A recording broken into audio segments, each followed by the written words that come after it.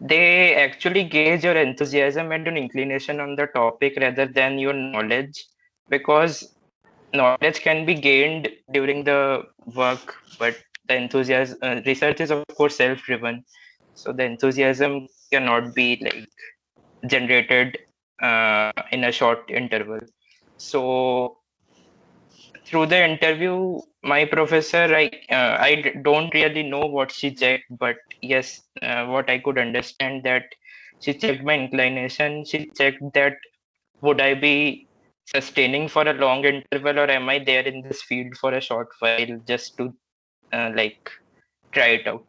So once this was done, she hired me to like adapt a textbook into the emerging markets context. And after 4 months of this work, I was finally hired as an associate. First, I was an intern. Then I was hired as an associate in July 2020. So yes, so the selection procedure is generally much than the CDC ones, but the sustenance is necessary. Like you need to sustain for a long while. You need to like be responsive, etc. So yes, the selection consisted only of two stages: the mailing and the interview. So that's it. Thank you, guys. What was your preparation strategy and what materials did you follow for the internship selections? Rishabh, Uh, s- yeah, Pratik, you can go ahead. So for the so I'm going first. So for the software profile for any company, uh, competitive programming, if you have any experience in competitive programming, that will help a lot. And they generally ask you data structure algorithm questions, so you can also solve problems from interview bit and lead code.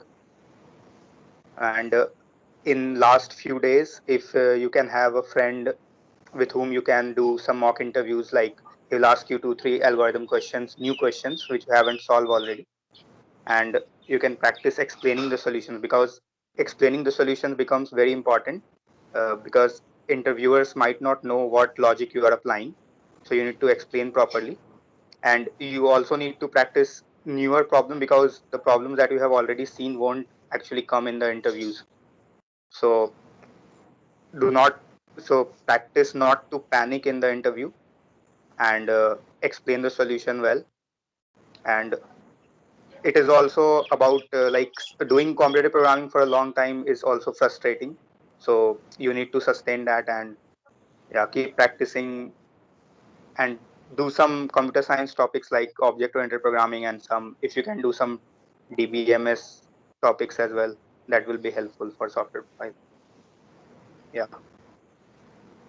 Yeah, so for Dr. ATs, so as Rishu was saying, it's almost similar that instead of CP, like you have to just go through the like fundamental concepts of chemical, and the main topics are fluid mechanics, heat transfer, mass transfer, reaction engineering. And also, I would encourage the second years to please read some topics of mass transfer, like humidity and all distillation column of third year. So I mean, they will ask some questions, and that is for sure. So be prepared for that. Otherwise, the dual degree guys will get an edge over you. So it's better that you be prepared for that. For the preparation strategy, you can, if you have a good concept of chemical, ऐसा नहीं कि पहली बार देख रहे हैं सब चीज, तो you can start 20 days earlier from the like start of the CDC process, and then go through the concepts, and mainly you should go through the like industrial applications of that. So like for example, they can ask you a question that why golf ball has dimples. So you have to ask, yes, so you have to answer from a fluid mechanics point of view, that okay, turbulence होता है इसकी वजह से drag force कम होता है, and these all. So they will not ask you कि अच्छा ठीक है, that you say the formulas of that Prandtl number and these all. So you have to like you have to see the significance, and you have to study that in depth. So these are the preparation strategies for like the technical interview. And for the HR interview, as Rishabh said, that also for your CV. So by making your CV, just don't write anything on your CV. Like if you're writing some fancy words, they will catch you and they will ask on that. So in my Piramal interview, like I wrote, I mean that was the same interview for DRL, but I wrote something about Ribbon Blender, and I did not prepare much on that. And that they asked very much fundamental concepts, and I couldn't answer. So and due to that, I was not selected. So whatever you write in your CV, each and every point and each and every word you should be familiar with, and you should like study that in depth. If you're not comfortable about a project, then don't write. Please don't write. If you can explain it thoroughly and in depth, then only you write. In the interview, they asked me means all about my CV and whatever the projects I've done, whatever the internships I've done before. So whatever the work I've done. So that is the thing, and it's better that you take a mock interview with some friend. That will obviously help and boost your confidence.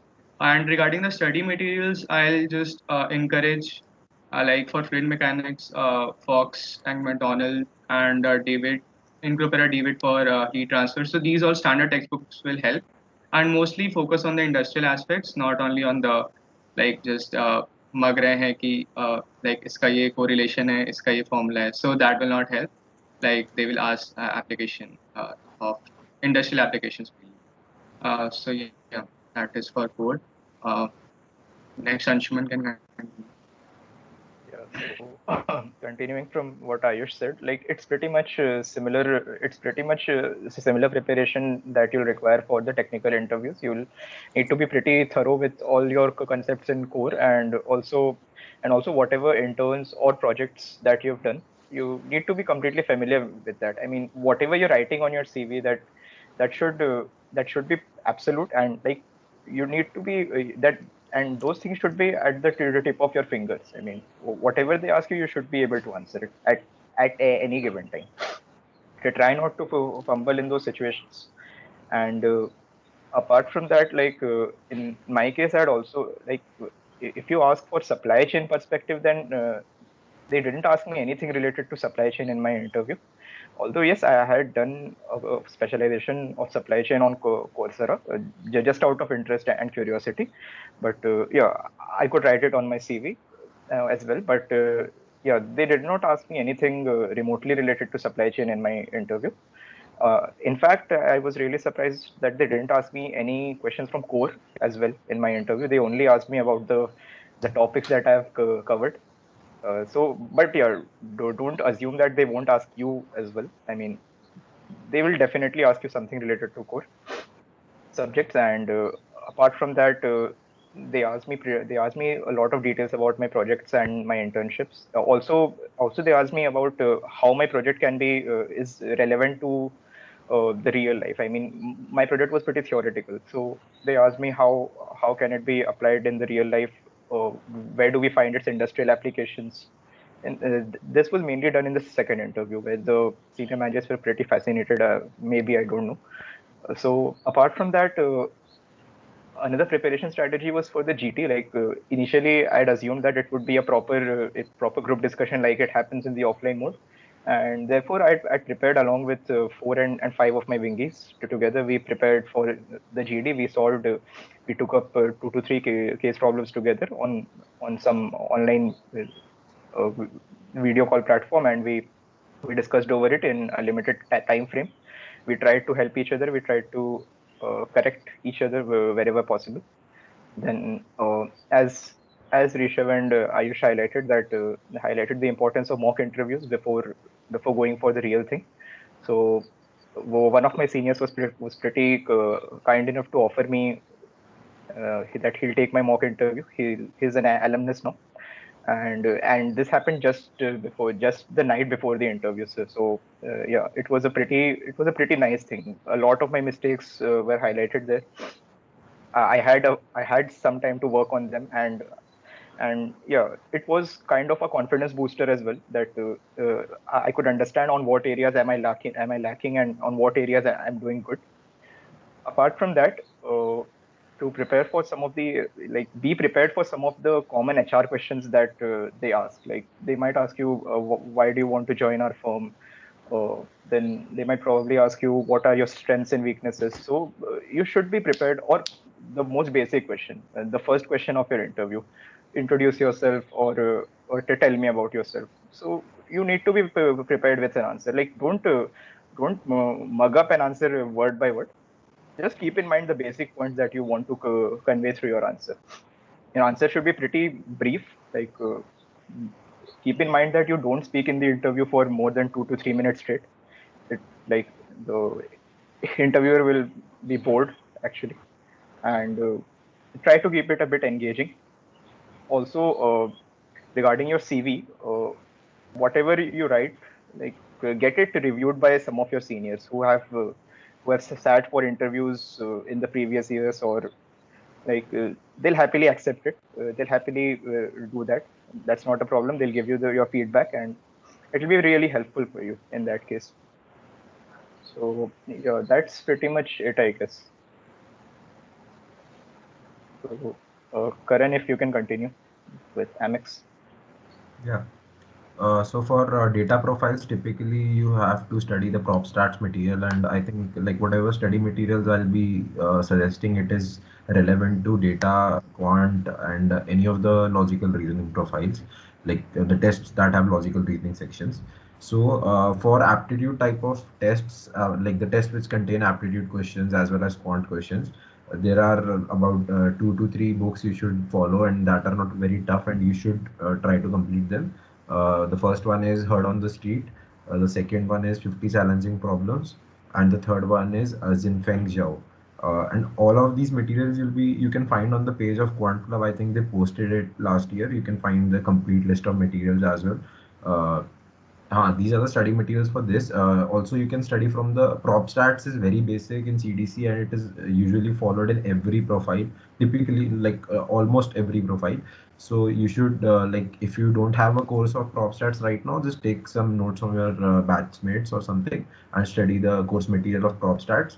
Also for data specifically, the course by computer science department, that is data analytics, that course, the slides of that course are pretty decent. Like it has fair amount of theory as well as mathematical perspective to data. So you'll be like well versed with the algorithms that we typically use in the field of data. And for the interview part, yeah, for the study materials, I think that is pretty much it. For the interview part, the major focus is on CV, I think, which everybody has already said. I'll just add something extra to it. So basically, what people say is that prepare your CV well. But I'll just suggest you an approach. If you want, you can like try that approach out. For it will be really helpful for you guys. So for each point in your CV, you can prepare your CV in what we call a STAR approach. STAR is basically situation, task, action, result. So while preparing, what you can do is like if you have an internship or a project, right, and you know that your questions would be asked on this. So for each of the points mentioned in your CV, you prepare a STAR format and you write a doc or you write a page for preparation. And I'll give an example later. I think it would otherwise it would take a bit of time. So for STAR approach, what you can do is basically you formulate a situation for that internship. You mention what was your task, you mentioned what did you actually do, that we call an action, and finally what was the result. So in that way you have a like pretty streamlined way of preparing each and every point, and that is what matters at the end, because in the interview mostly questions are based on your interns and projects only. And regarding the preparation strategies, I think 15 to 20 days of working on quant and prop stats and like data is fine. Like if you have a certain kind of experience, or if you even if you don't have experience, I think 1 month of preparation is enough. And for the last 2 to 3 days, just CV preparation is it should be a priority. Like for the last 2 to 3 days before the interview start. Yeah, I think that is pretty much it. Uh,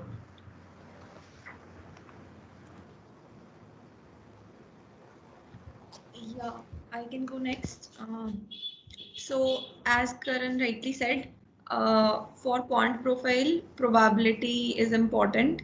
That is basically what is asked. And for probability, the books which he mentioned, 50 Challenging, Heard on the Street. Also, puzzles are asked in the interview, and there is a series of TED puzzles or a site Brainsteller from which you can practice puzzles 1 or 2 days prior to the interview.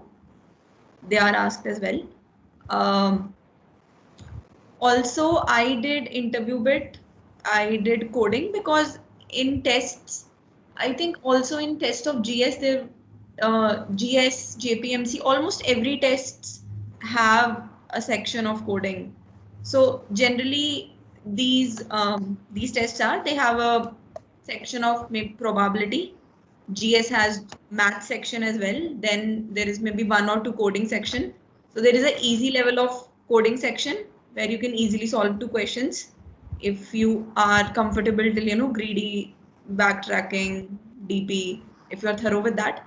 So I would suggest do interview bit as well because it's important. And yeah, and in tests like this where there are sections, so like JPMC had I think 3 sections: probability, prop stats, logical reasoning, and coding. So in coding, if out of 3 you're able to do 2, and if you do perform really well in 2 of these sections, then they generally shortlist you for the interview. Yeah, and as everyone said, for interview, thoroughly practicing your intro, preparing everything, every little thing about whatever you have written in your CV, being thorough with it is important. Because so I had 4 interviews. Each of them was for 45 minutes each, taken by different people, and something from my CV, different things get highlighted for those different people, and they talk about that. So one of my entire interview was about object oriented programming, because I had used it in one of my software intern which I had done. So they were assuming that I was aware of all the concepts. They asked me in very detail about the concepts of object oriented programming. Yeah, so being thoroughly prepared with the CV, of course. Also, I think just following the structured approach when you're talking in the interview, and it's difficult to be rejected if you're able to have a flowing conversation in your interview. So even if you do not know something, say that you do not know it, move ahead. Like I was asked something, some statistics question, and I said upfront that I do not know this, but I'm very thorough with probability. Then he gave me an expectation question, and then my interview continued down the line of questions of probability.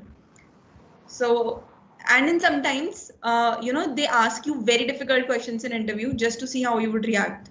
So keeping your calm and just saying that I do not know it and moving ahead, that is important as well. Also, I think being able to convey. So my first interview was taken by a very senior member from JPMC, and he wanted me to.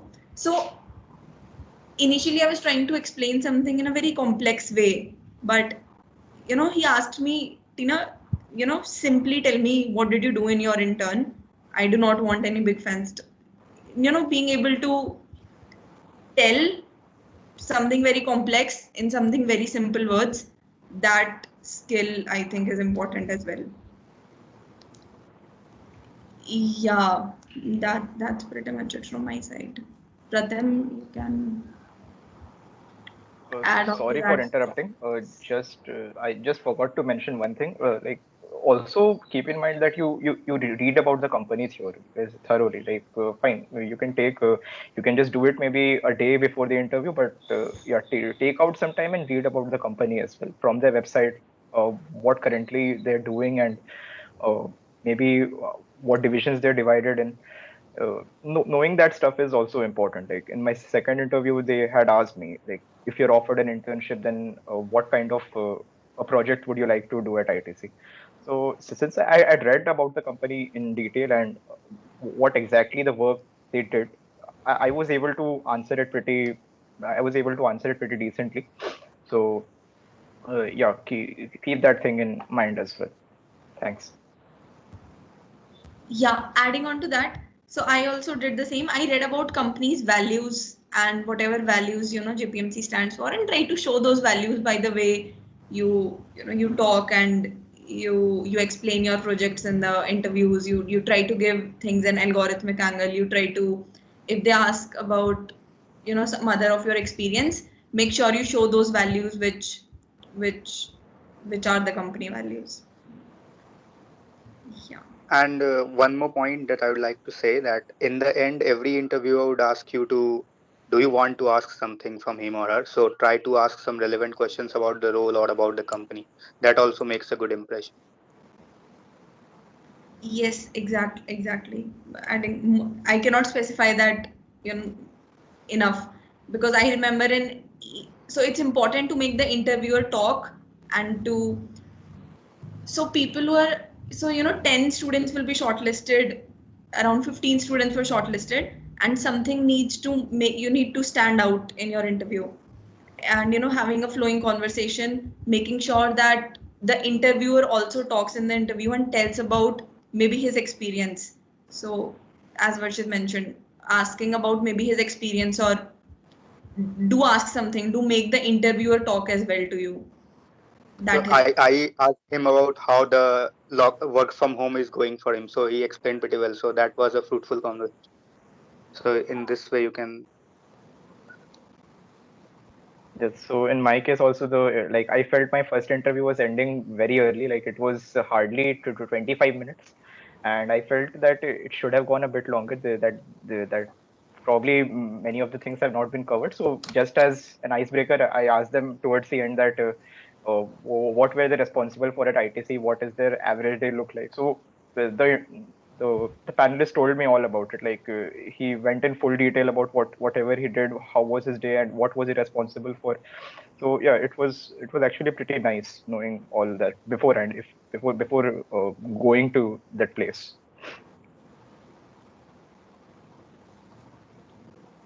Yeah, Pratim, yeah, just something. So I asked the interviewer about how have their career trajectory been, when did they land into JPMC, and trying to talk more onto that. So we had a 10 to 15-minute conversation about how he started in which division and now he's currently working in which division. He told me all about it. So yeah.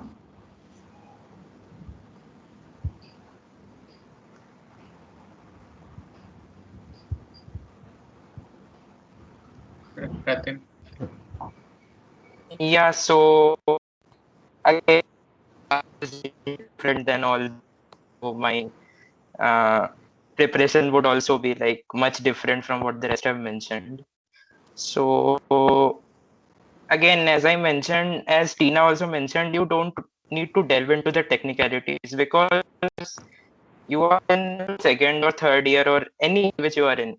You're in your undergraduate studies, so they don't expect to be they don't expect you to be knowledgeable about something or like really focused about something. It's the inclination which you have is enough for them to like to be inducted under them. So again, and not delving into the technicalities is of course really great suggestion. Then for my instance, actually my field is qualitative finance and research. So you need to be absolutely cognizant of not every, but of the general financial news going around you if someone among you is interested in finance. Because honestly, in CDC, qualitative finance companies are rare. There are only two companies which are invited by CDC. So means most of the people who want to pursue qualitative finance either apply off campus or like venture towards research.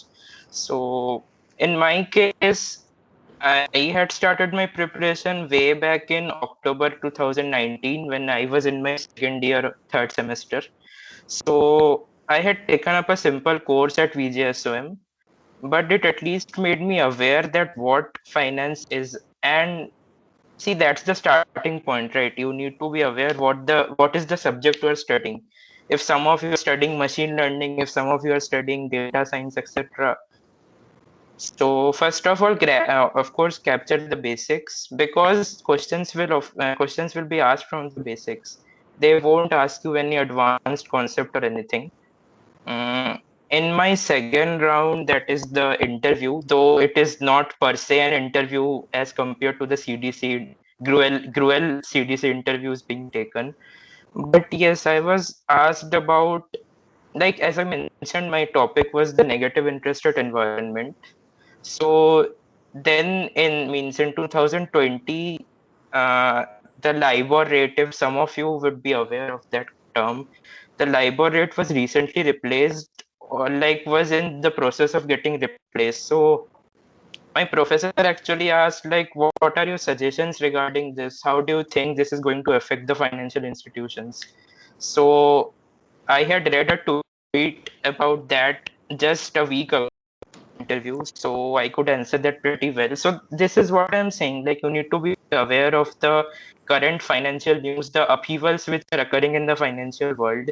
For instance, recently in the budget it was announced that we need to set up a asset reconstruction company, or a big bad bank, or some of the big four accounting firms are selling their restructuring business. So why is this the case? Any professor may ask you this, and as you may be thinking by listening to the question, that the answer might be very tough, but it's not.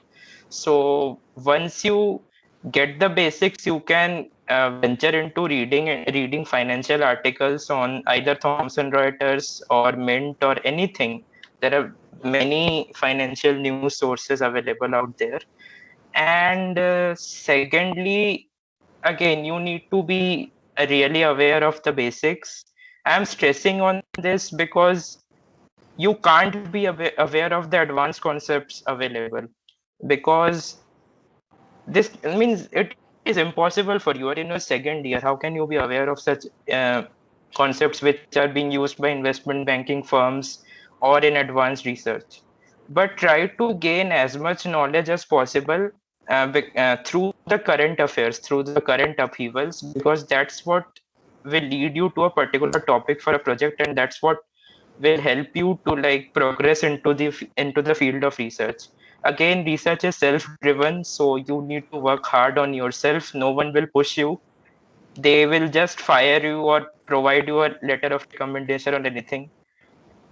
But you need to push yourself if you need to progress into this field, if you need to forge ahead into this field. So yes, this is it. Thank you, guys. And how important are projects and previous internship experiences important in securing an internship? Are PRs really important for core and non-core internships? Yeah.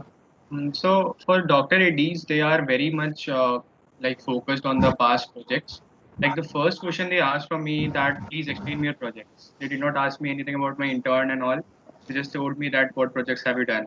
So I explained them about my projects, all the 3 projects which I did.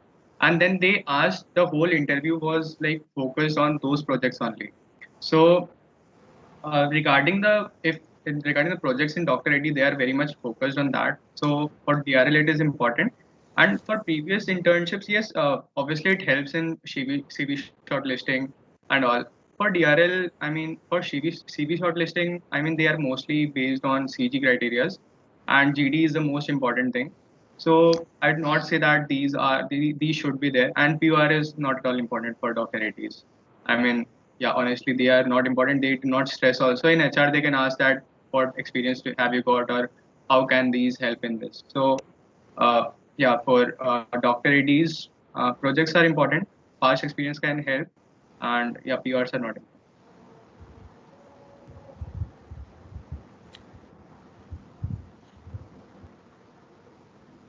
Yes, so talking about JPMC and Quant, uh, projects have average importance, projects in previous internships. So I had done some work in ML and software, but I know my friends who did not, and even there, they did well in the test, and so they got shortlisted, and even if they had a self project in the interview. Yeah, also some knowledge of finance helps if you are trying to sit for investment banks and companies like JPMC, GS, Amex. Not Amex specifically, yeah. Some knowledge of finance, and maybe some work in ML. I had some work in software that helped. It's good that you have work. I would say that it's better to have a project internship.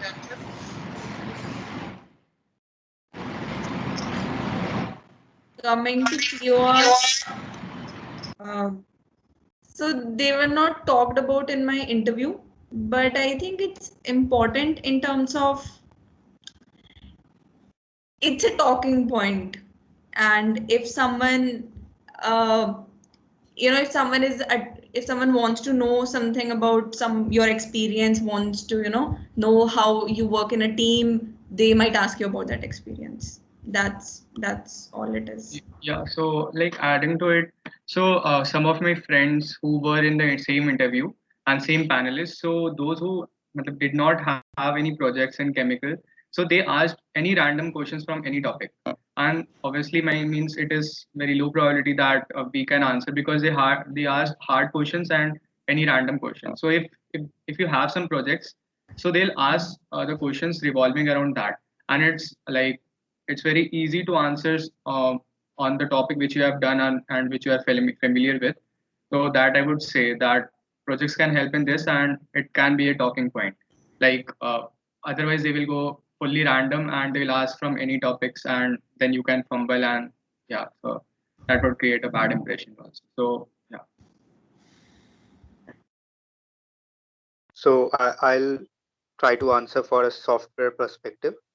So most of the companies that come for software profile SD profiles, they look for at least one project, I would say. So basically, if you have a project, then you are showcasing what skills you have. So if you have one project, then it shows that you have done some work.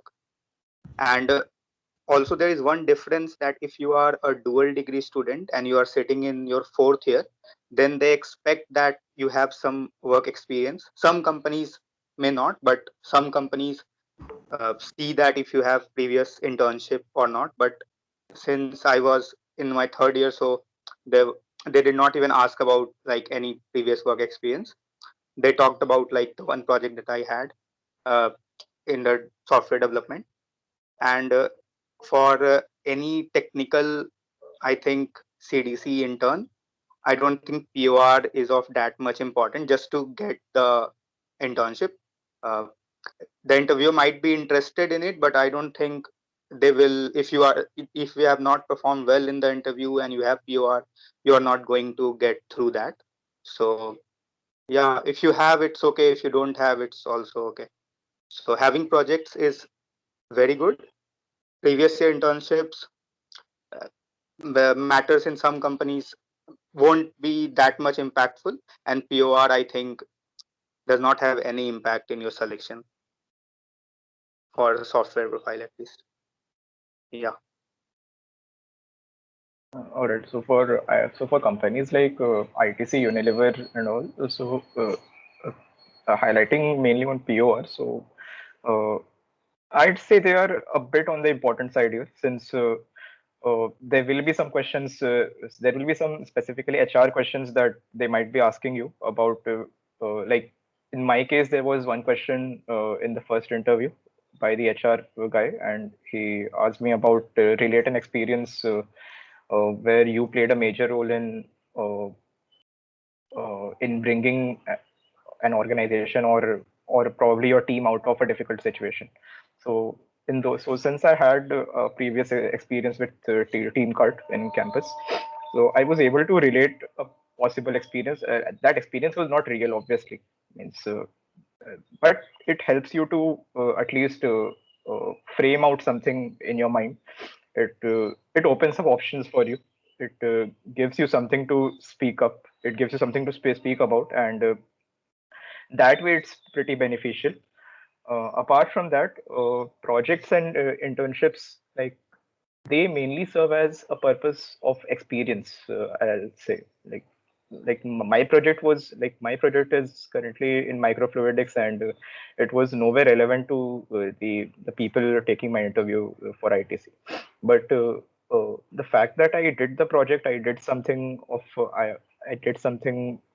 significant there, and I followed a particular timeline. I did it within a deadline, and all. I means that gives a reflection of your work ethic, I can say. Even your internships. I mean, if you have highlighted if you highlighted somewhere in your internships which reflect upon some of your management skills, maybe, or maybe your ability to work with a team. So and yeah, so these points actually kind of uh, have a nice weightage on your CV, and these points actually help you answer pretty much many HR questions that they might ask, and also these questions actually give you another cushion from the very difficult core questions, as Ayush said. Since the projects and internships have been thoroughly done by you, and you have all the knowledge relevant to whatever you've written on your CV, so those will be much easier to answer for you. Therefore, yeah, so this is all that I wanted to say for FMCG. So adding to Anshuman's point, I have one point to make. Like for POR, for any company, if you are like, if you have mentioned any POR, that won't help you. But if you are utilizing the skills that you have learned via that responsibility in answering some behavioral questions, like in GS, they ask two questions, like they put you in some situations and then they ask you like, what would be your reaction, and you have to write the answer in the coding test only. I think there is one section for that. So in that sense, POR can help you, but just writing it for the sake of it won't help you anyway. So yes.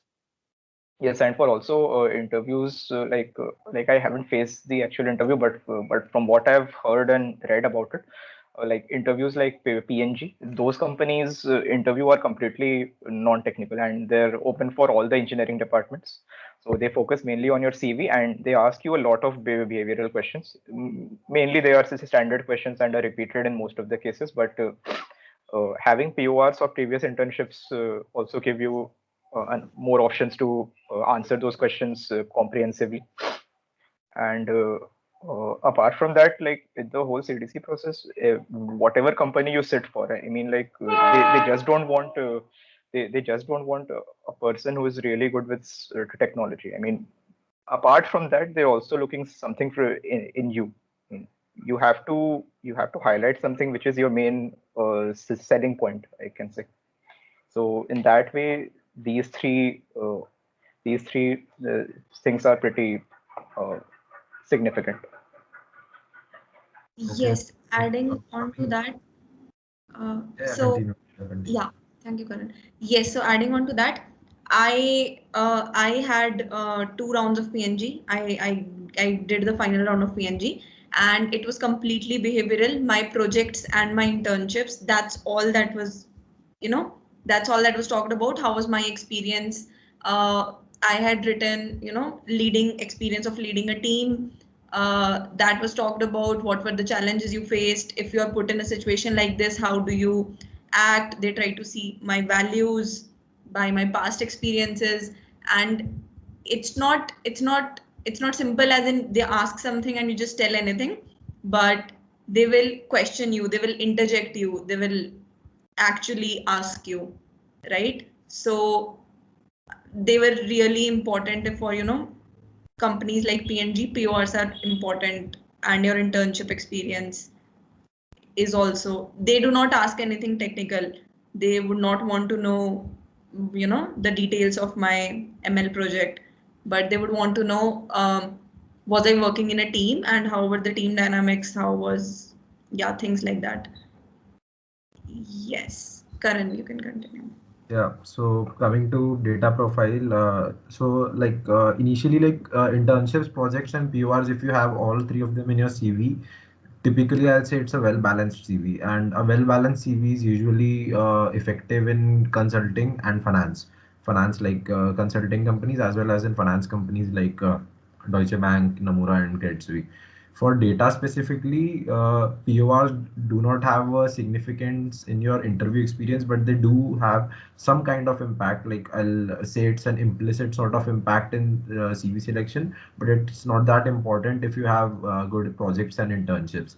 Even if you don't have projects and internships in the analytics field, and you still are getting shortlisted, then it's probably based on the performance of your test.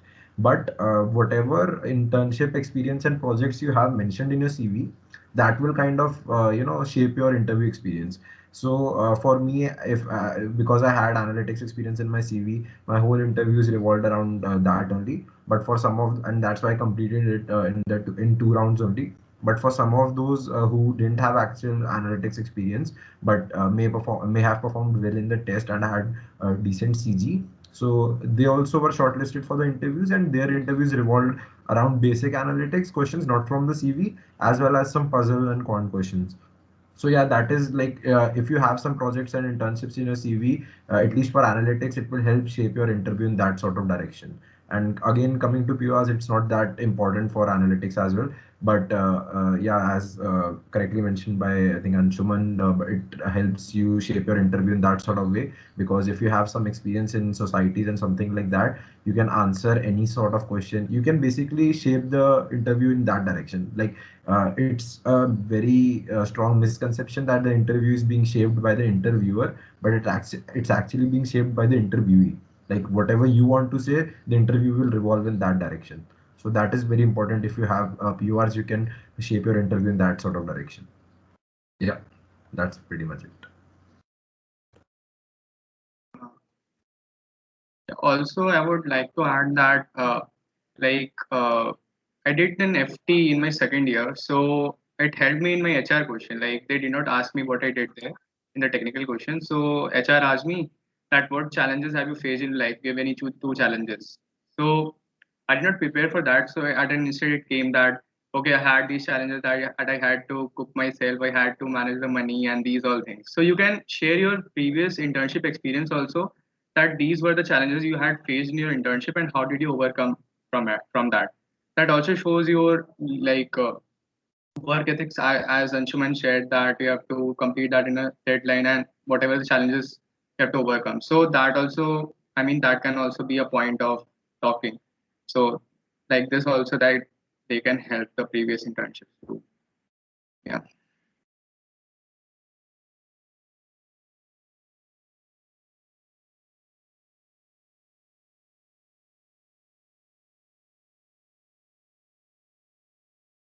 I guess this we all have almost covered. But as I said that in my DRL interview, they just jumped into my projects and all the questions were revolving around that. And in my HR interview, I was asked 4 questions. As when I said that what 2 challenges, what have you worked in a team and how was your experience? And these all things were asked like HR questions. So what I did for HR questions, that like I prepared a doc. Like first I was preparing for HUL, although I did not get into the interview round. But yes, I prepared for that very really well. So as Anshuman said that like research on the company, like what that is doing and how you can be a value addition for them, like how you can help them and how your skills can help. And they'll ask basic HR questions which should be uh, you should be familiar that what you have to answer in that case. So and therein comes the mock interviews with your friends, because if you fumble there, they will actually take out that here are your mistakes and then you can cope up with that. So that is one thing. Other than that, Tina said that you have to be fluent and over in the whole interview. So adding to that, even if you know a specific question, like one question was asked in regarding my projects about azeotropic mixtures. Okay, so I was knowing the answer. I was very confident that okay, that मैं तुरंत बता दूंगा.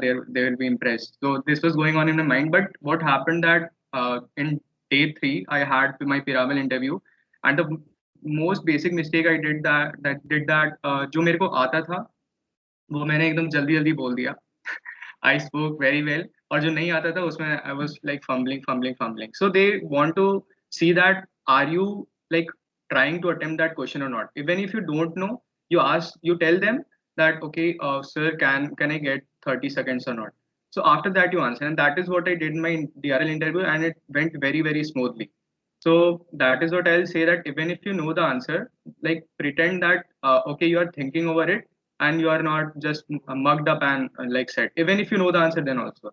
So that is what I think, and all the questions were around my projects. and these HR questions. Yeah. Yeah, so coming on to American Express, I think it was a pretty like a decent interview, what I feel. So one tip I'd like to give is first of all that like your interviews shouldn't be too formal. If your interviews are sort of a chit chat with the interviewer, it's a good sort of indication that you are like speaking very well and the interviewer is interested in you. So for me, the first round was 1 hour long, I think, and it was just based on my internship. Only one internship I had one internship only, and the whole round was based on that. Lastly, like for the end of the first round, there was a very important thing for all of you if you are planning to sit for American Express. Talking about the company, so I had already prepared this very well, and the interviewer was basically the vice president of American Express India office. So I knew this that he would ask me questions based on credit cards and all because American Express is a credit card company. So he basically asked me certain kind of questions that what would be the costs associated with creating a credit card, how do you maintain it, what kind of network would you formulate, and how would be the revenue model for that, and things like that. So that part was also pretty good, and I had already prepared it in advance, so that was a plus point for me. And after that, going on to the second round of interview, which was my last round. So initially the interview started with some simple HR questions like how are you, things like that, not the typical HR questions. It was just a informal chit chat, and after that he straightly dived into the case. So the case was a very good one. I'll just talk about it for a minute or so. So he basically asked me that like I'm currently staying in Chandigarh, right? So he said that let's say suppose you are a manager of the ICICI Bank, and your boss comes up to you and says that you have extra funds and you want to install two ATMs in the city of Chandigarh. So what kind of data would you need, and what would your approach be to efficiently set up two ATMs in Chandigarh? So here comes the point that Ayush was also talking about. These kind of questions are not something that you just start speaking up randomly, right? So I first talked about like just give me a minute or so. I formulated two approaches, and then after that I talked through the whole interview about what kind of approaches I would use, and like what data would I need. And it was a very interactive interview. It's not that only you are speaking, or it's not that only he is speaking. And after that, again, after the end of the interview, when he was satisfied with my approaches, he typically asks, basically both in all the interviews they ask that do you have any questions for us? And I think we have covered that you should ask questions because it is very important. And it's a good sign that if the interviewer is talking about whatever questions you are asked and he's talking in detail, then it's a pretty good indication that you are selected. You don't even have to wait. It's kind of a indication. Like I asked him a question and he rambled on for 5 to 10 minutes, so I knew like it was a done sort of thing. Yeah.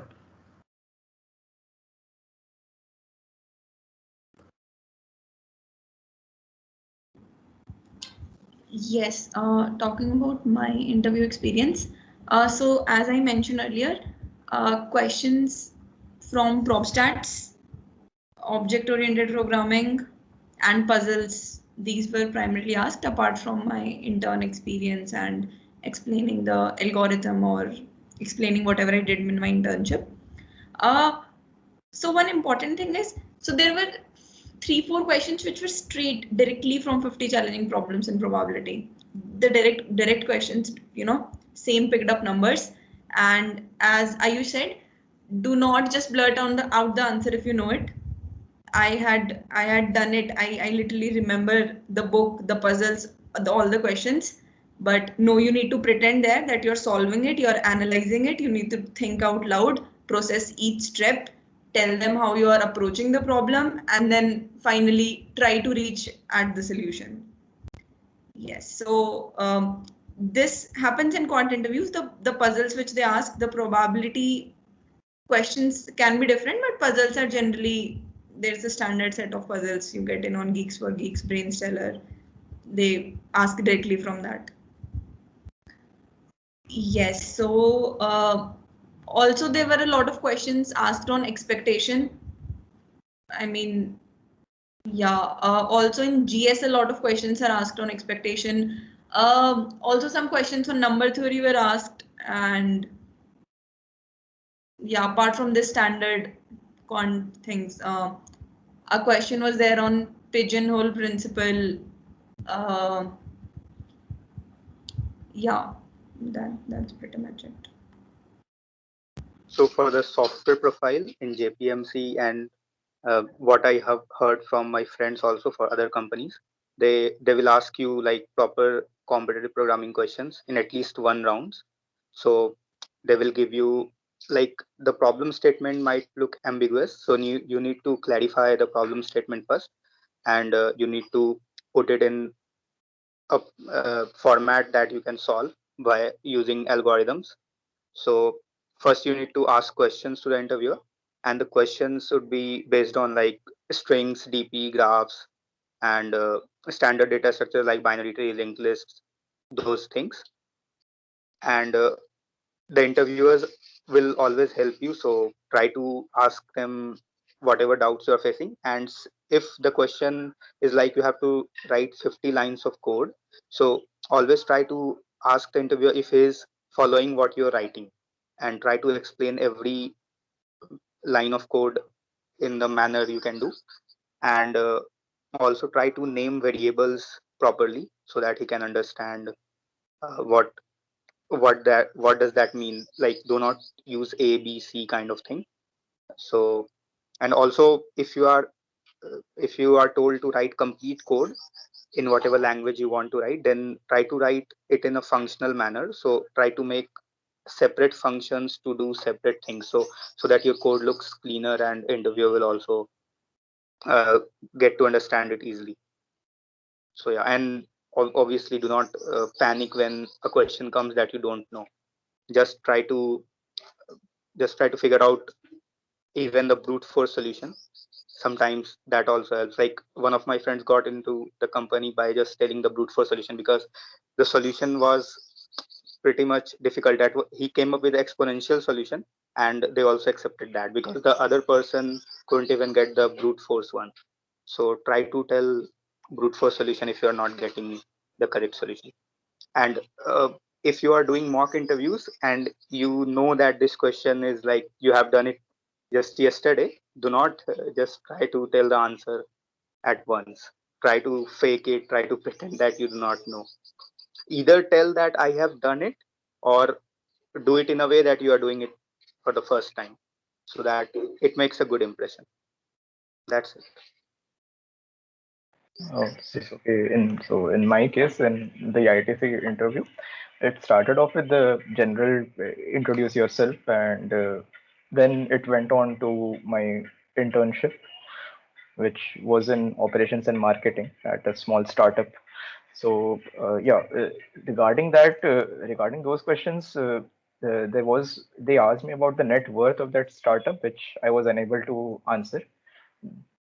Means I took some time to try to figure out some value, maybe because it was just establishing itself from the past 2 to 3 years, and I tried to come up with a number, but I was unable to do that, and I simply told them I don't know the answer. Apart from that, it moved on slightly to my projects, and then obviously to my POR. Then there was a question by the HR about the situation where I played some role in helping my organization or my team go get out of a difficult situation. So I didn't have any real life thing to relate here. So since I'd written about my POR in detail, I'd written about managing and conducting a fresher selection procedure for that society. So from that, I took maybe 10 to 15 seconds, and I figured out something in my mind, and I just spoke it up pretty confidently, and they looked convinced about it. So that's where my POR actually helped me out. So apart from that, they asked me why did I want to join ITC? Why did I want to do an internship with ITC? And the interview ended with me asking them about their mainly daily life and at ITC and their responsibilities at ITC. So this was about the first interview. In the second interview, again it started with the generic introduce yourself, and then it moved on to some of my extracurricular activities which I had mentioned regarding. Then it also moved on to some of my hobbies, and so there was a question relevant which was about the industrial applications or the industrial applications about the project that I was doing under the professor. And apart from that, there was a question about. Then they asked me about a question then they asked me a question that what kind of project do I want to do at ITC? So my initial answer was not pretty satisfactory. They gave me a few options, and since I read about ITC's other programs that they've undertaken and how is it currently going for them, so I was able to connect all the dots there and to come up with my own answer, and therefore it sounded pretty convincing to them. At the end, it ended with, "Are you comfortable with any location that we're going to send you for the internship?" Because ITC is actually, uh, you can say, maybe infamous to send people for internships at pretty remote locations. Like the locations are they're pretty small towns or small cities in different parts of India. So yeah, that was pretty much it about my both the interviews. Yeah. Pratim, you can continue.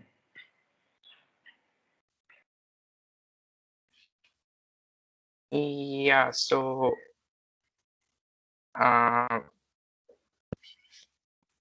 actually,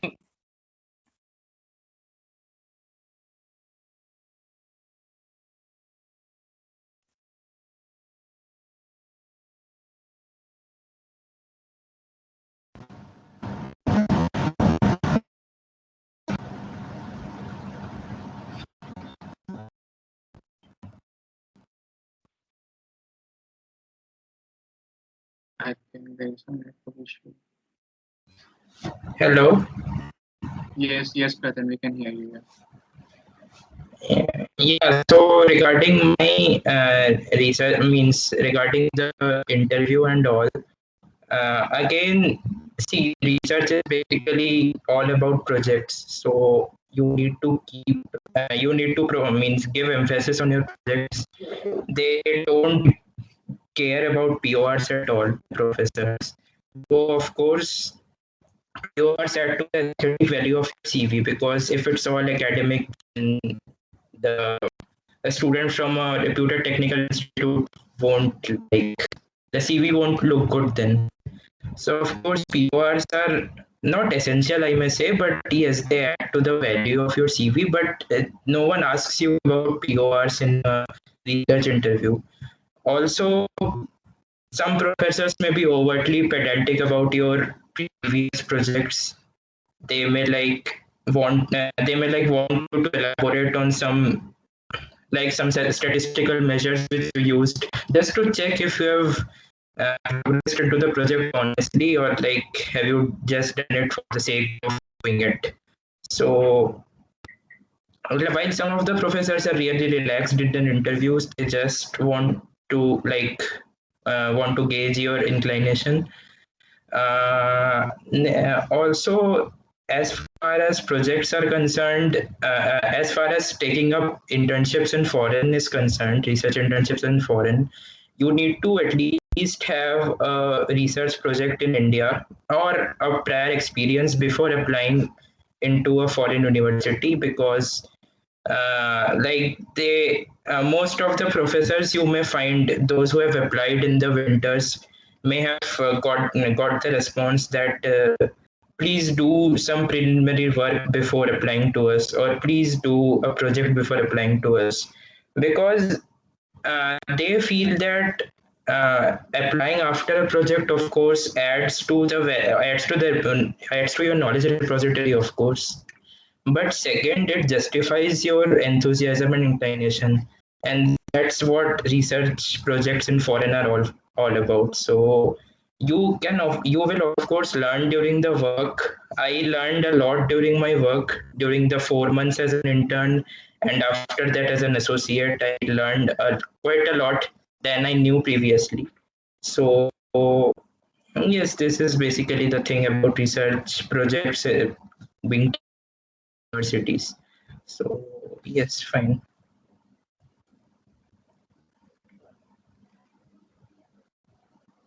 Thank you, panelists. Next, we will move on to a question and answer session from the participants. So if you have any question, you can unmute your mics and you can ask the panelists.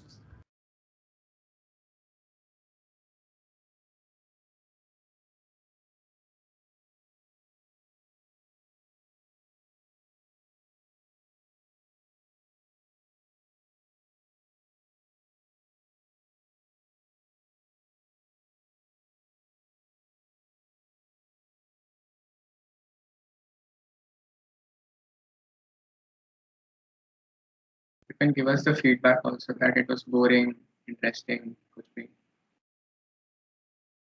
Like it is 1.5 hours. So.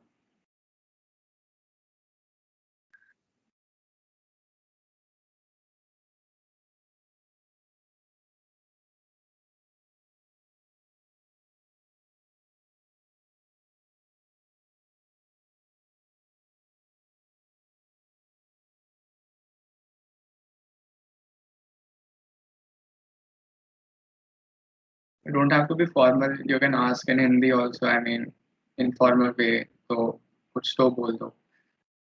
I hope बहुत सारे questions होंगे.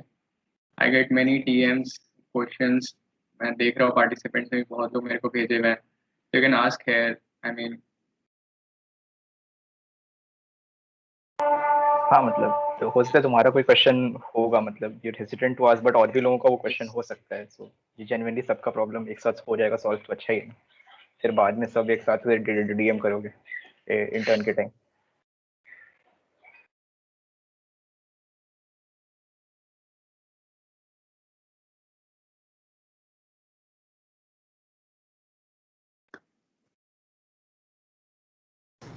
Hello, am I audible? yes, Rishi. Yeah, I just want to know what would you suggest a second year guy who is sitting for a CDC intern next sem? Would you suggest him to go for a project or something like that in the summers, or just focus on CP and stuff? Okay, so for core, I would say it was better that if you would have like थोड़ा FT के लिए fight मारते, but no, it is not possible. But you can go for a research internship, and corporate intern in core is very, very difficult in the second year, I would say. So matlab, you can keep an option if you have some contacts, but you will obviously get a research internships in IISc or like other IITs. So you can go for that. Otherwise, you can do a project also in like from our professors. So yeah, so projects and research internships is the way. I don't think corporates will give an internships as of now, but you can try. Obviously, you can try. For software, Rishabh, you can. Or Anshuman, if you have anything. Yes, like for the summers, maybe you can engage in some maybe some management intern can also help you. Like if like it's all about the experience in the end. Like if you get an internship in, let's say, even supply chain or even operations, it's not a problem. It's actually nice. If you're working somewhere for a small startup, like for maybe 2 months of the whole summer, then it's a pretty nice experience for you. I mean, there will be a lot of startups that will be rolling out their registrations through LinkedIn. You can keep yourself updated from there, and I think that can be actually a good option. Or else, like you have quite some time, you can maybe email some of our professors in the department with whose research interest maybe you can see if your interests align with theirs. Like suppose if you're interested in fluid mechanics, then maybe you can approach some prof who's working on microfluidics or some separation processes or transport phenomena. Then that can also be a really good experience for you throughout your summers until the next semester starts. Rishabh, you can tell first. If you are confused like to go for core or non-core, then it's pretty much difficult to suggest what you should do. But if you want to do for core, I think Anshuman and Ayush have told what you can do. And if you want to do like if you want to sit for software or quant profiles, then you should try to do some coding starting from now, because semester will be ending soon. So you should start doing problems from LeetCode or GFG. And if you can do competitive programming from CodeChef or Code Courses, that will add more value and more chances of you getting selected in non-core profiles. So yes, start. If you have not started till now, then you should start from now on. You do not have much time. So for everybody out there who is confused, I'll just suggest one thing. For non-core profiles, not specifically software, but every profile, if you do not get your internship in the starting few days, then probably you'll have to rely on coding. So basically, it's a fact. Like it's not. I'm not sugarcoating anything here. It's a fact that you have about 80 to 90% companies coming for coding only. And even if the companies have there is a very biased sort of view in CDC for companies. There are a lot of software companies. There are okay analytics companies and core companies, and there are very few finance and consult sort of companies, strategic supply chain. There are very few companies for that. So if you do not get shortlisted or selected in any of the companies which are less in numbers, so probably you'll have to give a shot at coding. So it's better if you are like unsure as of now what you want to do, just start coding side by side. You can just start coding side by side, because if you do it, like take it from me, I did coding. I don't like coding, like not competitive coding. I do other sorts of coding, but I don't like competitive coding per se. But I still did it in my last 10 days or so, and it didn't really make much of a difference in my, at least my internship, because I was anyways going for non-core, and the company I got shortlisted for didn't have any sort of coding requirements. But unfortunately, if I wouldn't have been shortlisted, then the chances are I would have to be relying on coding for the further days. So it's better, if you are unsure of what you will do in your CDC, then you should start coding right now. It can have a, like, it's a safe option basically. So Yes. it can give you a good.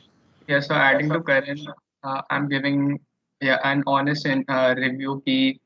What I've seen in CDC, like there are many people still in my department who have not got the CDC intern till now, but they are very much good in core concepts. So the opportunities are very less. The first day, I guess ITC and HUL are more focused on core, and PNG, they are open for all departments, but yes, only one or two will be selected from chemical department. And then comes Piramal. Piramal takes only two or three max, and then Dr. Reddy's uh, maximum. This time they took 10, but at an average number, it is 6 or 7 people.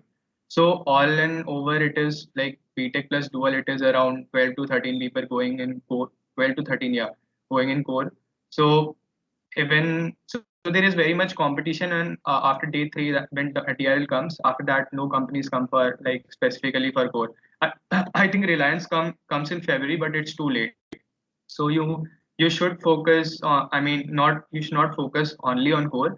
Like you should like try stuffs on data and coding also. Like because as Karan said कि like honestly 3 दिन के बाद core में कोई opportunity नहीं है. मतलब ये खुल के बता रहा हूँ, there is no opportunity after Dr. Reddy's. ठीक है. So that is the thing. I mean, I'm talking about CDC interviews, not off campus. Yeah. Also, like if you're totally, I mean, decided towards कि हाँ ठीक है तुमको core में ही जाना है, तो फिर मतलब एंड में ऐसे पीयर प्रेशर में आके मतलब कुछ मत करना. Like Yes. this is my suggestion. Coding या डेटा मतलब पीयर प्रेशर में आके मत करना.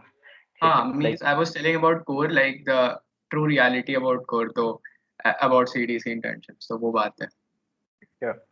Like in my case, there were some of my friends who told me कि ये भाई coding कर ले CDC में load होगा, and that had happened. Okay, but I wasn't interested, and in fact like जब day one pass आ रहा था, and I started getting into it, like kind of I thought कि चलो DV में apply कर देते हैं, इसके टेस्ट में quant के questions ही रहेंगे. I practiced hard on this field a bit, and some puzzles from online sources. So I thought कि apply कर देते, but I saw the application form. It was very lengthy. I thought I actually just said peace मारो, and I moved ahead with ITC only, and fine, it worked out in my case. I'm not saying that you should also do the same, but yeah, do what is best for you. I mean, take your decisions wisely. I also did some coding, like about 10-15 days on. I solved some question on lead code interview bit. तो मैंने भी किया था, but after giving the test and I was not getting shortlisted, तो मेरे को लगा कि नहीं, there means I should focus on core. If I do not get doctorates, then I'll think about it. But peer pressure में आके you should not do. Better I would have like focused mainly on core in that days. So I still did it. तो वो बात है. ठीक है. Like what is your forte, you should like consider. Just to add to that, what Ayush said, basically ऐसा ही scene रहता है. Like अगर if you just try coding in your last 10 to 15 days, like same happened with me. I just did coding in my last 10 to 15 days. It doesn't really make much of a difference, and Yes. technically you're wasting your 15 days. Like I didn't do anything in my last 15 days, and I still got shortlisted and selected for American Express. So it's that कि वो that was my past experience and my CV and everything. तो उसमें coding का कोई ऐसा था नहीं. So the point is कि if you are like what I just said कि अगर if you are unsure of your like if you are not confident or if you are unsure between core or non-core, then you should start coding right now. If you are waiting for the last month or so कि तब देख लेंगे तो कोई फायदा नहीं है. फिर कोडिंग करके कोई पॉइंट नहीं है. Basically there are so much algorithms, there are so much concepts, and there are so many questions to practice from, that even if you do practice for 15 to 20 days straight, chances are कि test में नहीं हो पाएगा shortlist. तो इसलिए better है कि मतलब nobody told me this actually, so that's why I'm telling you guys कि लास्ट कुछ दिनों में कोडिंग करने का कोई सेंस नहीं है अगर तुम पहले से नहीं कर रहे हो. तो या तो पहले से करो या मत ही करो, ऐसा सीन है. And it also gets bit frustrating, like if you are not getting intern. Like I got intern late, not on day 1 or day 2. So it was quite frustrating 1 week or 10 days, I guess.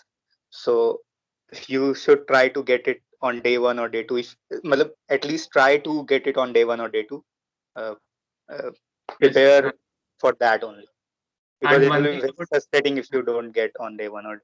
yeah, and one more thing I would say कि जैसे obviously you will also make some WhatsApp groups of for preparation and all, और उसमें तुम लोग देखोगे कि day 1 पे बहुत तुम्हारे friends का लग गया, and after day 1 Facebook पे पूरा आते रहता है कि मचैक्स ये वो वगैरह, ठीक है.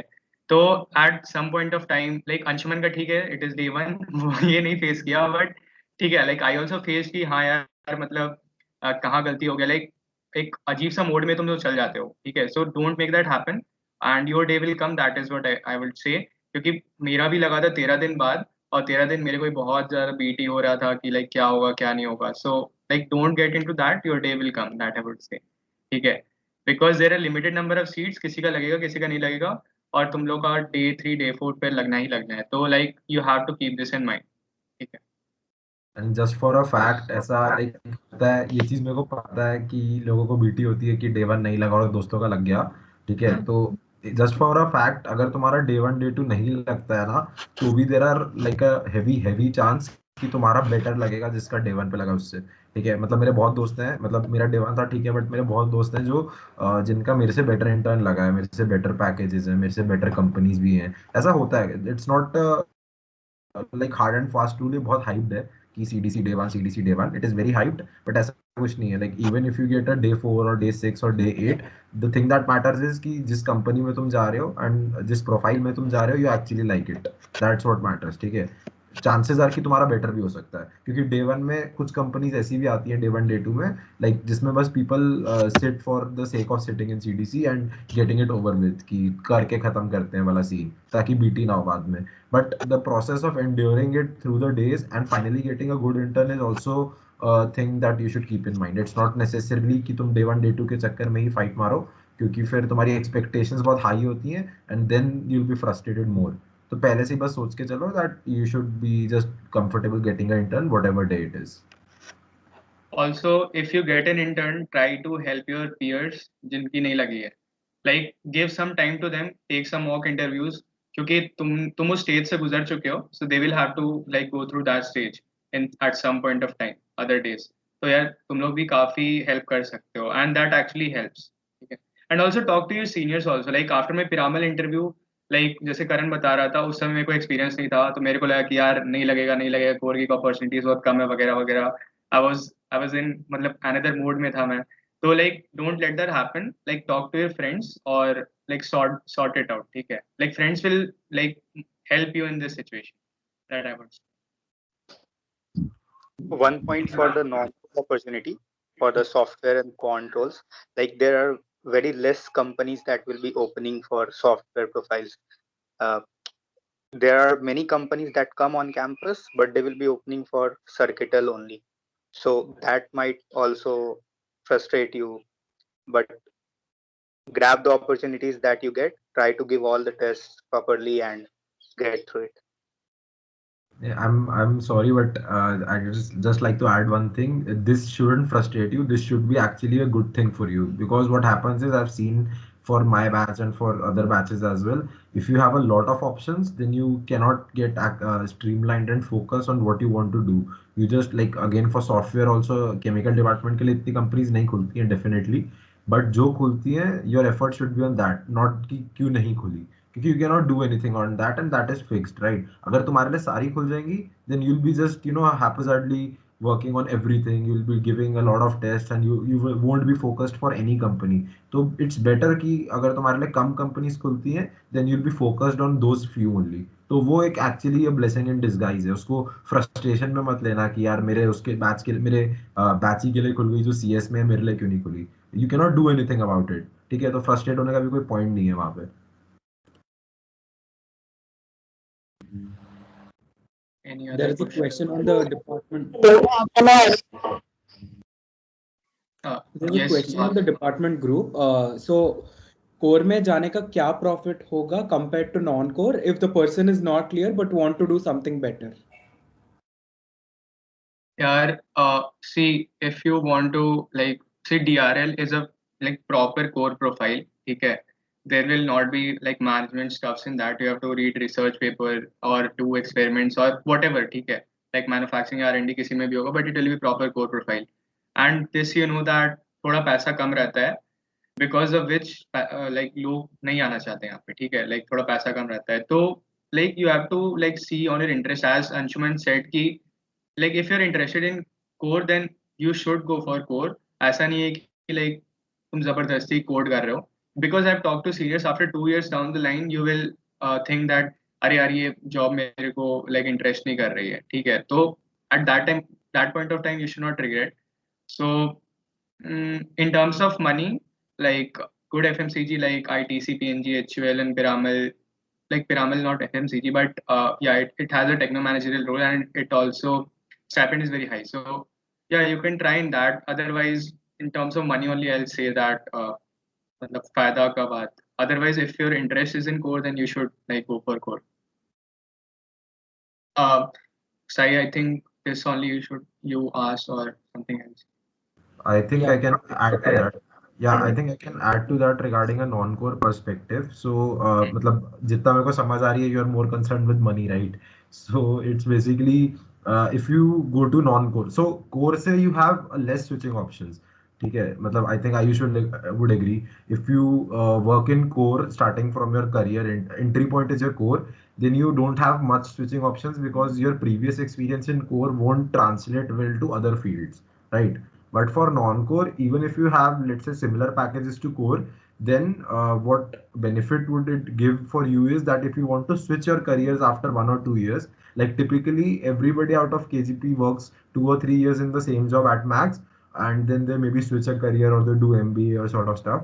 So working in non-core kind of gives you that additional push because the industries are almost interrelated in non-core. Like for American Express, it's a financial services company, right? Even if your role is analytics and you want to switch to a finance job, so it will give you a benefit. But for core, there are there is a limit to the exit options in the core field. So if you're pretty much interested in core, then obviously you should go to core because you can even like if you stay there, you can get higher packages. But if you're not sure and you want to play along in life, so then you should opt for non-core, I think.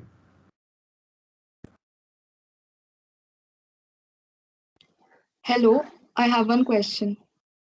Yes. Like, what should be the preparation strategy if we want to apply for both core and non-core profiles in CDC? Like, what should be the time distribution and how to make effective use of the upcoming summers? So regarding the core profile, as I said, that if you have studied well in your second year, then please like go through the concepts one more, revise, go through some SDGs, NPT lectures can be very helpful because most of the questions are related to fluid mechanics. So you can see that. Other than that, regarding the timeline, I would say that 20 days are enough, like for revision. Like, and you can make notes or whatever be your like preparation strategy, but 20 days before the CDC like notice comes. Like I'm talking about when the notice comes about the like CV preparation, and they will give you the notice from that 20 days, because after that you will be involved in the CV preparation and all. Or so yeah, so that would suffice for core. Anshuman, you want to add?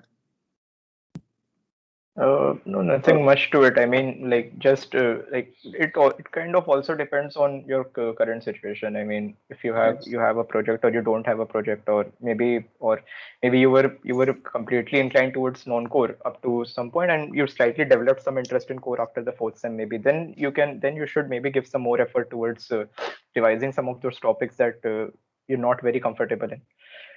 And yeah, so the timeline, as what Ayush said, it's pretty much that. And regarding the non-core, I guess Karan, Tina, and Rishabh would guide you better.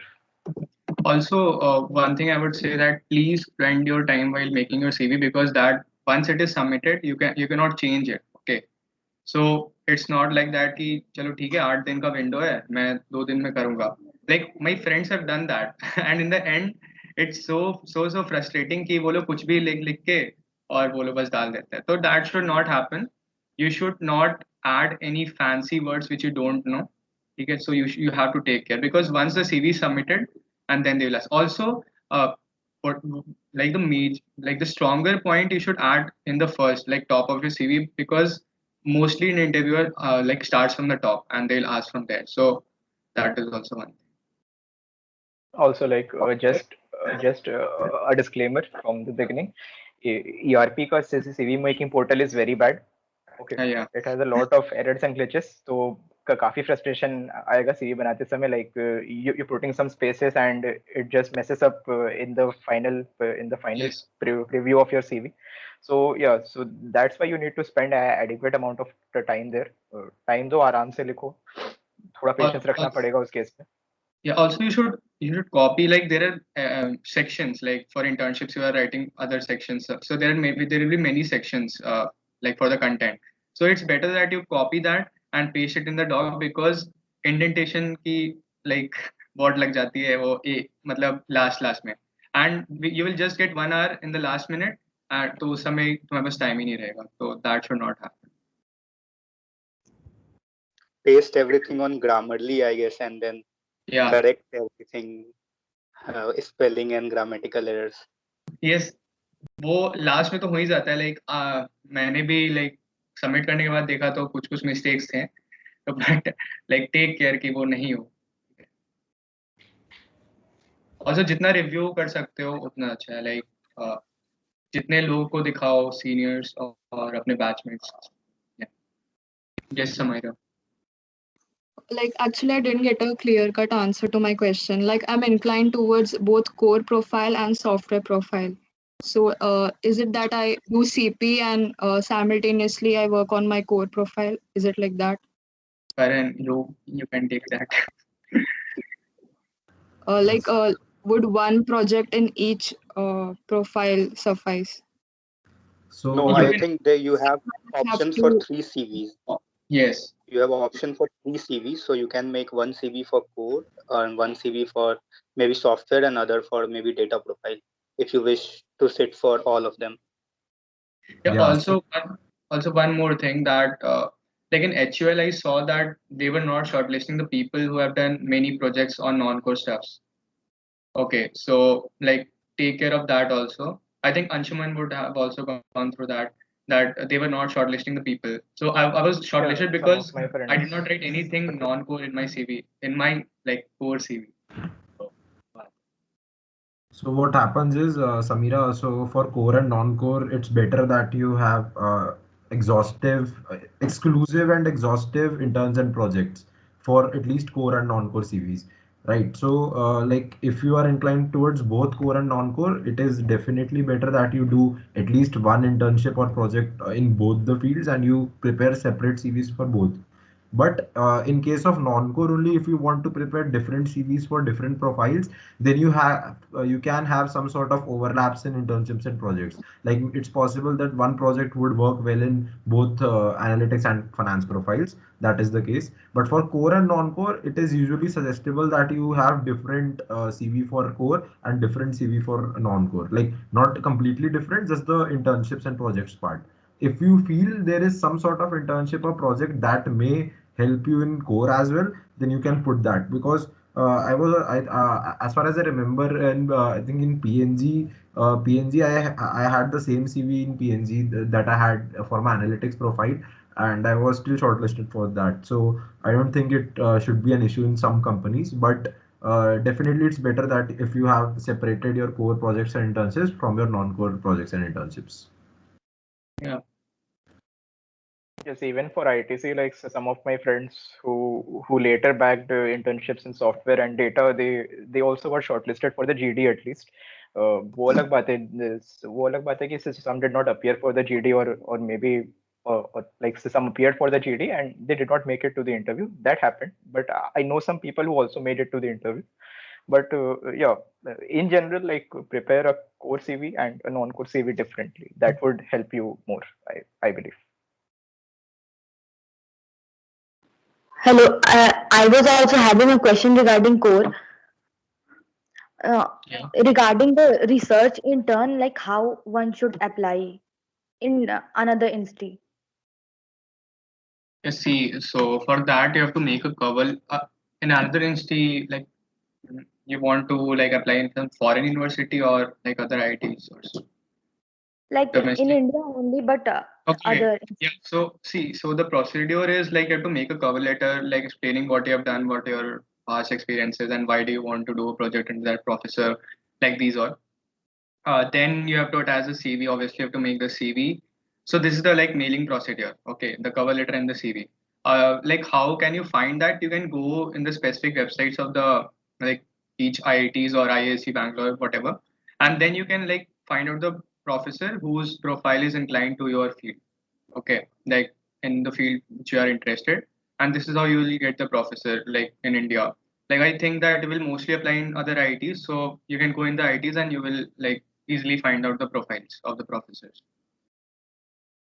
Yes, like for some institutes like ISC Bangalore and like recently for IIT Roorkee, they also have their own internship programs. So you can simply apply to those internship programs. You'll get a list of professors and their the projects they're working on. You can select a list in your preference order, and for ISC, from what I remember, like I had also it also required a recommendation from a professor in your department possibly.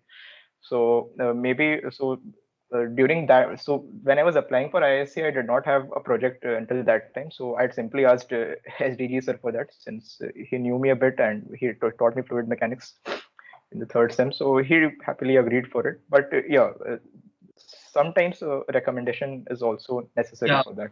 For recommendation, if you are applying for a program, like I applied for NTHU program, I think the deadline has gone, but NTHU Taiwan. So like in that also, in every program you need a letter of recommendation. So it's better that you like have some repo with like good repo with some professors who will give you like the like recommendations, because RM sir has given me around 5 to 7 recommendations till now. So it's very good that you have to just mail and then you'll get the recommendation. Otherwise you'll just get a like simple 2-3 lines that he's a student, he did some good in my in my classes and these all. Like that is very like simple in simple words. So it's better that you have a good repo with a professor, and a recommendation helps. If it is from a renowned professor like SDG, RM, not renowned, but yeah, if it's from a professor, then it's good. I mean, recommendation is not asked by everyone. That is mostly in programs. Yes, right. Like in my case, in ISC, it was asked only. I don't know about the other programs. Any other thing, Bhavna, or? Like even if we want to do any project, then अभी तो online semester चल रहा है, then who are the profs जिनको हम लोग approach कर सकते हैं? See, as far as I know, SDG sir gives projects, but that is limited to very high CG people. Even I also did not get that. तो मतलब वो है. RM sir का I think deadline is gone already. कुछ लोग ले चुके होंगे I think. Arnavatta sir can give. Sauramandal sir is there. Manish Kaushal sir is there. They have given in our batch also, like when we were in second year. So you can approach these profs. It's better to approach some assistant professors like Swam Babu sir can also give some projects. And Swam Babu, if someone is interested in analytics, so means there is some application in analytics in core, so you can go for that also. And you can ask Monojit sir or maybe Monojit sir. Kaustav sir maybe. Sorry, sir. And also, although Jana sir is strict, but if you are like interested in optimization and stuff, I'm doing the BTP and Rehab, that means it is very interesting. Like optimization is very interesting and you'll like that. If you are interested in simulations and all. Because experiments is very difficult in this online semester, so it's better that you apply for some simulation based. You can mail every professor, I would say, and whoever agrees, I mean, that would be good. There is one more question. So, which subjects will Gargi ma'am teach in the coming semesters? अब नहीं पढ़ाएंगे. Over. Okay. Like she's teaching us a process equipment design too in our current semester, and that's half of the batch, and the Gargi ma'am with Kaustav sir, and I won't comment any further on that. Don't worry, Sai. This is the last time, like the main subject. Okay. Any other questions, or we'll wrap up? It's 2 hours. यार कुछ तो पूछो, if you have something, और मेरे को लगता है हम लोग कुछ ज़्यादा ही दूर कर दिया. I have one last question. Like the certificates and whatever we attach in our CV, is that verified by the company or by the CDC? इसमें थोड़ा सा diplomatic answer देना पड़ेगा. Like honestly, I don't think that it is verified because एक week पहले हम लोग शायद डेडलाइन होता है लास्ट सीवी सबमिशन का, और मेरे को नहीं लगता कि एक दिन में सारे लोग वेरीफाई करते होंगे. But in placements it is very very important. Ayush verify तो होता है, बट द थिंग इज कि चल जाता है काम सम सॉर्ट ऑफ प्रूफ. मतलब ऐसा लेट्स से इस टाइम तो काफी चिल सीन्स थे क्योंकि वर्चुअल था, तो ऑब्वियसली सबके वो थे लोड कि घर पे वहां पे रह गया, कैंपस में रह गया proof and things like that. So like a mail confirmation proofs like that would also work in this year, but actually verify होता है. And the thing is कि अगर कुछ issue like suppose तुमने कोई proof नहीं दिया है, and that, for at least I don't think it matters for extracurriculars and things like that, but at least अगर internship और project का तुमने कोई proof नहीं दिया है, तो there is a probability कि your CV would be starred. You won't even know that, but your CV would be starred, and the company who would be interviewing you would get to know that your CV is starred. And the start CV says कि verify नहीं हुआ है, but like there is something missing after verification. Sorry, there is something missing in the CV and we don't have all the proofs. तो ये चीज होती है, but इसका scale क्या है, on what frequency do they star and things like that, that is up to the place comms. It's better that you like write honestly. Yes, not better, you have to write. But like for things like OpenIT and stuff, what proof can we give for that? OpenIT, you get a certificate. You get a certificate, right? No, like just for participation and getting a good result. Still you get a certificate. You can attach anything like you have participated or something. Yeah. Even for hall events, you get a certificate for participating. So yes, you can attach any proof, any sort of proof. For let's say for a project, you can even have a for this year at least, because it was virtual and things were not good. So you could even have a mail confirmation from a prof that you were working under him. Otherwise, you should have a letter of recommendation. A letter of completion or something like that. But this year it worked. Yeah, they said it was flexible, but ऐसे strict ही रहता है.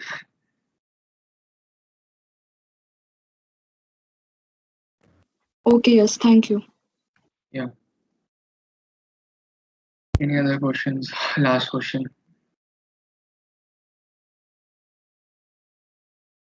Here, I saw the sheet. There are many questions. अभी कोई पूछ नहीं रहा है. सारे तो आंसर नहीं किया, I guess.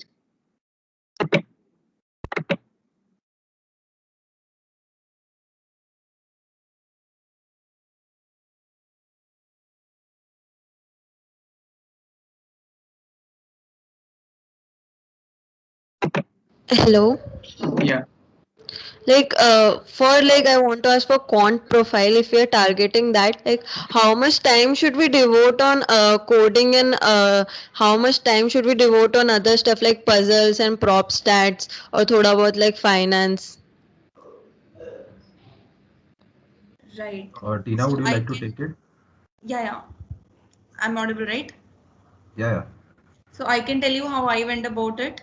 I started interview bit. My plan was to do it twice or once. Go, know every question that is there on interview bit, know every concept. I started this 3 months before internship process starts. Then 1 month before, so I had already taken the prop stats course. I know the basic concepts of props and statistics. 1 month before I started solving 50 challenging and heard on the street. And maybe so I regularly do the brain stellars and TED Valley puzzle. So I mean, yeah, this is it. 15 days before, if you start with those puzzles, and it's all right. Apart from this is the preparation. So in interview, it's good if you have finance knowledge, but it's not a prerequisite. I did not have any finance knowledge. So this type of preparation should suffice. Interview bit, 50 challenging, heard on street. You need to be good with fast math, logical reasoning, things like this. Then some work or some project in ML is added benefit. Also, if you have done something in finance, if you are able to show an inclination towards finance. Yeah. Yeah, just to add to that, if you show something regarding finance in your CV and you're sitting for quant profiles like JPMC and Credit Suisse, so it's highly likely that they'll ask you finance questions. At least for my batchmates and some people who had shown that they have some sort of inclination in finance, so their interview was revolved around finance, and especially for FP students. If any of you guys right now here are FP, so they expect you to know finance if you're FP. But if you are sitting for quant, but if you are not, then you can always say that I'm just starting learning about finance, or I'm exploring finance right now, but I'm more inclined towards the mathematical aspect of it, and that's why I'm sitting for the quant profile and sort of that. Yes, I think in quant profile, your problem solving ability is important. So your interview will be around prop stats is a must. Then your problem solving ability, your interview will be around whatever you are confident and good with. If it is finance, then it will be finance. I had a mixture of software and ML. It was around that. And I know my friends who did some self projects, and their interview was revolved around that. And if they have some, not some very good projects, then they'll just ask you probability, puzzles, and stats. For quant profile, you mentioned that you did a course on probability and statistics. So do you mention that on your CV that I've done this course because it's relevant to the profile, or do you just say that in the interview or whatever? I mean, you don't say it in the interview. Yeah, you mention it in your CV. So you will be short of words and sentences to fill up your complete CV. So you mention it. Yeah, let me just really be frank here. Nobody told me this. I'm telling you guys this. The course part doesn't matter to anybody. Yeah. It doesn't matter to anybody. You can put like a list of courses you have done. Nobody cares. Take care. It's just for your own satisfaction. Because if you have relevant experience to show, it doesn't come around from courses per se. You can always write a lot of online courses as well. So you'll be thinking, if you write a lot of online courses, then you have high chance of selection, or if you don't write enough courses, then you have low chances of selection. But that is not the case. At least for the sample data I've observed, it's not the case. It's pretty much based on the other aspects of your CV. Yeah, also, but if you have but if you have written that you have done a course, then they can ask you anything about it. I wrote that I took up transform calculus. I was asked something, and I I was like, I don't know this. Let me take 30 seconds to figure it out. I was asked an SOPD ka question because I had just written, I have taken this course. It's the other way. Writing it And doesn't. if it's something fancy, if it's something fancy, then they will definitely ask.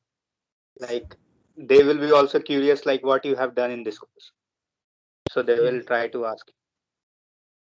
And it's better that you don't write the course information, because I asked the senior that, then they said that it gives a very bad impression that you don't have anything to write in your CV and just to add lines or just writing the course information. And also there's one section of skills and expertise. तो उसमें ऐसा नहीं है कि बस Python लिख देना. You have to mention that it is intermediate or you are expert in this. ठीक है. If you are writing that it is you are expert, तो वो लोग बहुत डीप में कुछ भी रैंडमली कुछ ही पूछ देंगे उसके बारे में. ठीक है. So like if you are expert then it is very good, but be prepared for the questions. तो वो बात है. I have a different view here in this case.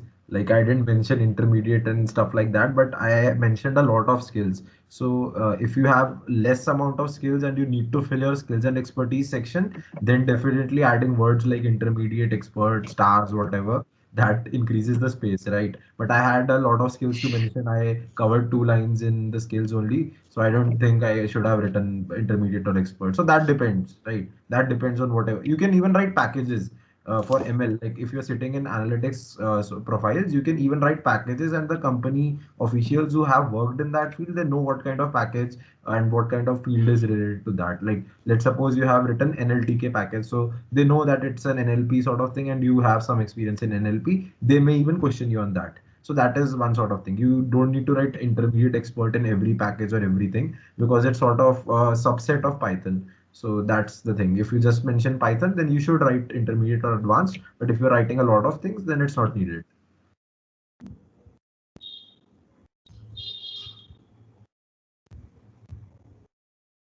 Let's take this one last question.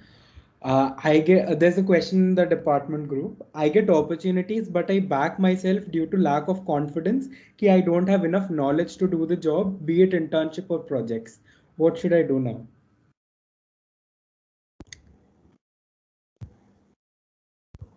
Remember your JE days, maybe. Yeah. I would just say that please start. Like my first internship was in like foreign university in Switzerland. So मेरे लिए it was like ये क्या हो रहा है? Like first day I was like stammering when I was saying, or I was very nervous. So that is the thing. Like you have to start and then you gain confidence. So I would just say that please start. If you get one internship, then that is the like main roadblock. After that, life would be easier. If you're talking about confidence, and if possible, participate in competitions, so that will also help you. So there's a saying basically, fake it till you make it. So that's a great thing you should follow, I think. For at least for me, matlab, it's not for me per se, but it's for everybody. If you correctly know people, you'll see that most of us, even I'm not saying for everybody, but most of the people actually don't have that much knowledge or let's say experience in that field. But just the fact that they can confidently talk about some aspect of it shows the other person that they can actually work in it. So it's very, very possible that the person getting an internship doesn't know a thing about that field, but the only thing that he knows is to talk confidently, and that's what matters. Even if I say a wrong thing confidently, then it's a good sign to the interviewer that I may have some experience or have learned something from something or the other. So I'm not encouraging this sort of behavior, but it happens and it's pretty frequent. So if you're talking about gaining confidence, then it's all about faking it till you make it. Yeah, that's pretty much it. And I would like to say we are second year students. No one expects us to know advanced topics. While applying for internship in my second year summer, I gave interviews and they were just asking me about my project. Something more onto that. No one will make you, especially if it's if you're trying in second year, it's off campus intern, they seldom make you code offline. Yeah, they just see your interest, I would say. Exactly. And like sometimes in life, just do it. Even though you do not have the confidence to do it, just do it. Just push yourselves and go to that interview. Exactly. Just send that mail. Yeah. Yeah. I mean, just remember that you miss 100% of the shots you don't take, basically. So said by Wayne Gretzky. So yeah, that I think pretty much sums it up.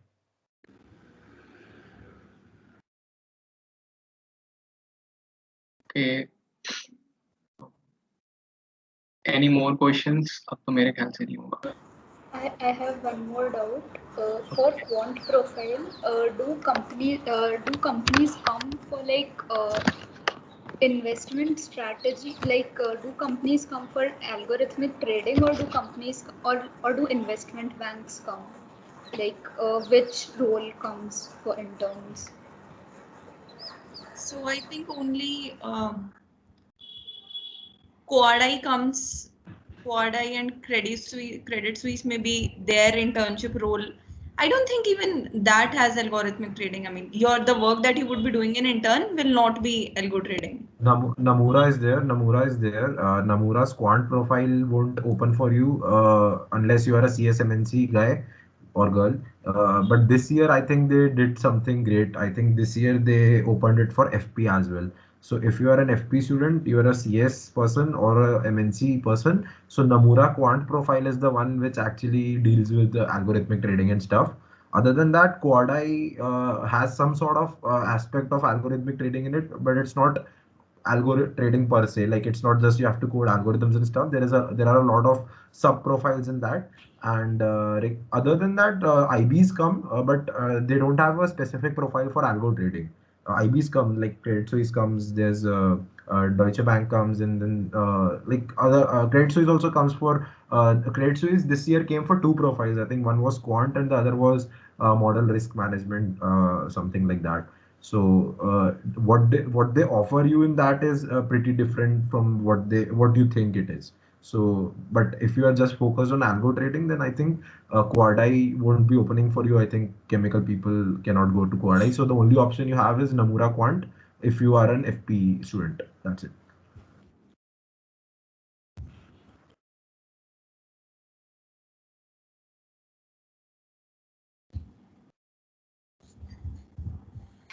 Yeah. अब तो हो गया I think. आप लोग भी जा रहे हैं. ठीक है. You all enjoy. ज़्यादा बोर हो गए हैं. Yeah. I guess that ends the session. Thank you, panelists. हाँ बस All the best वही to everyone. if you have anything to ask, just feel free to DM us anytime. I mean, we all are available through different social media platforms. So we'll be happy to answer your questions there too. Don't hesitate. All the best. Yeah, all the best, All guys. the best to everyone. Bye guys. All the best. Bye. All the best, guys. Bye bye. Bye bye. Bye. Thank you all.